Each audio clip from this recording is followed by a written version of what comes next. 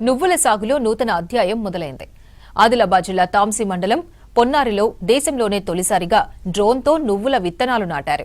30 నిమిషాల వ్యవధిలో ఎకరం విస్తీర్ణంలో నువ్వుల విత్తనాలు నాటారు. పైలట్ ప్రాజెక్టుగా నువ్వులను నాటామన్నారు ఆదిలాబాద్ కృషి విజ్ఞాన శాస్త్రవేత్తలు. దీనిని దేశవ్యాప్తంగా విస్తరిస్తామంటున్నారు. విత్తనాలు నాటడంతో పాటు డ్రోన్లతో ఎరువులు కూడా అందించొచ్చని చెబుతున్నారు. డ్రోన్లతో నువ్వుల విత్తనాలు నాటడంపై అంజయ్య మరిన్ని డీటెయిల్స్ అందిస్తారు.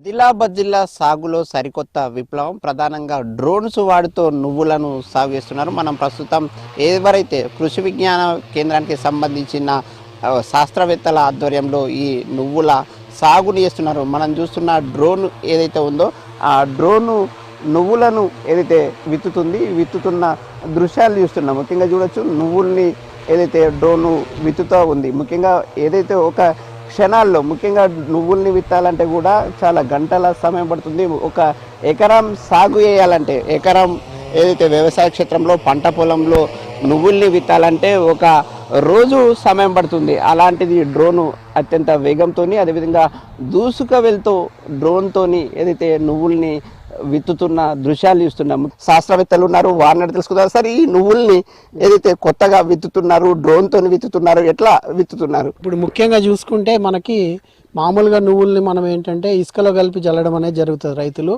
తర్వాత సుమారుగా మనకి ఏంటంటే ఒక మనిషి దాదాపుగా ఒక రోజులో ఒక ఎకరం వరకు విత్తడం జరుగుతుంది.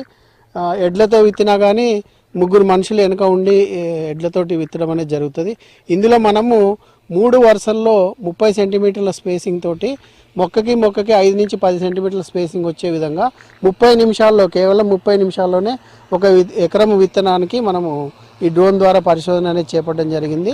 అదే కాకుండా దీనివల్ల మనము ఒత్తు మొక్కలు ఏదైతే ఉంటాయో తీసే విధానం ఏదైతే ఉందో మామూలుగా ఆ ఒత్తైన మొక్కలు తీయకుండా కూడా మనము ఈ ప్రయోగంలో దాని కూలీల ఖర్చు కూడా తగ్గించడం జరుగుతుంది.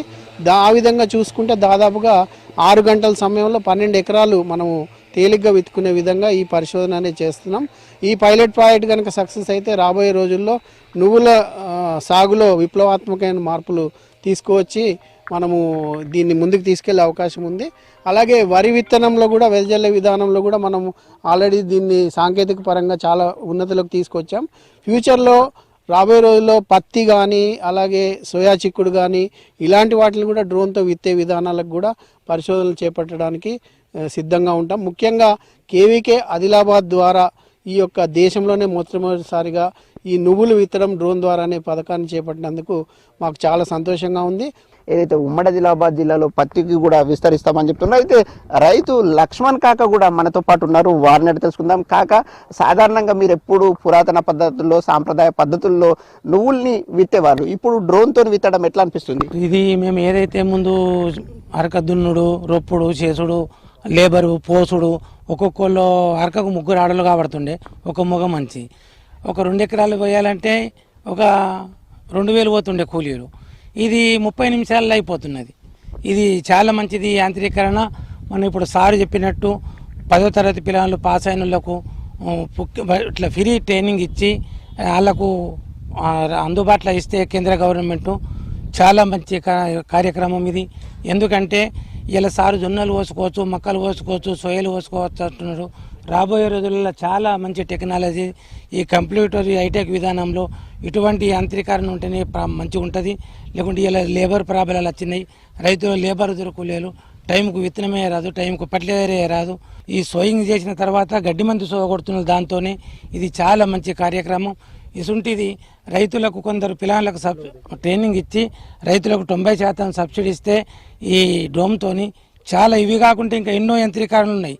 రైతులకు అందుబాటులో ఉంటే అధిక పంటలు పండిస్తారని మేము కోరుకుంటున్నాం. ఇంతకుముందు విత్తనాలు ఏదైతే నువ్వులు చల్లే సందర్భంగా, నాటే సందర్భంగా ఒక చోట పడితే పడేవి, ఒక చోట పడకపోయేవి. కానీ ఇది వరుసగా 8 నుంచి 10 సెంటీమీటర్ల మధ్య విత్తనాలు నాటడం వృధా, ఏదైతే విత్తనాల వృధాను కూడా తగ్గిస్తా సార్. అది ఒకళ్ళు ఓడి సరిపోతుండే, ఎక్క అవుతుండే, తక్కువ అవుతుండే, లేకుంటే లోపడవాడు మూలకు పోకడ ఈ ప్రాబ్లం. ఇది అట్లా లేక 1 ఫీట్ నీరు ఇట్లా ఇంచు పోకుండా ఒక ఏడన్నా ఇతరం తక్కువ పడ్డది అనుకో, మళ్ళీ ఆడికే పోయి కరెక్ట్ సోయింగ్ తెచ్చుకుంటున్నది.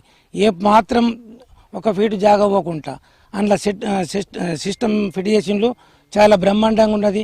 రైతులకు మాత్రం ఇది అందుబాటులో ఉంటే చాలా పండిస్తామని కోరుకుంటున్నాం. 8 నుంచి 10 సెంటీమీటర్లు కానీ లేదంటే ఒక ఫీట్ గ్యాప్ తీసుకుంటే మొత్తం ఏకరీతిగా పంట పండే అవకాశం ఉంది. దిగుబడి కూడా పెరుగుతుందని రైతు లక్ష్మణ్ కాక సంతోషం వ్యక్తం చేస్తున్నారు. దీన్ని మరింతగా విస్తరించాలని రైతులు కోరుకుంటున్నారు. కెమెరామెన్ విఠల్తో అంజయ్య, V6 న్యూస్, ఆదిలాబాద్ జిల్లా.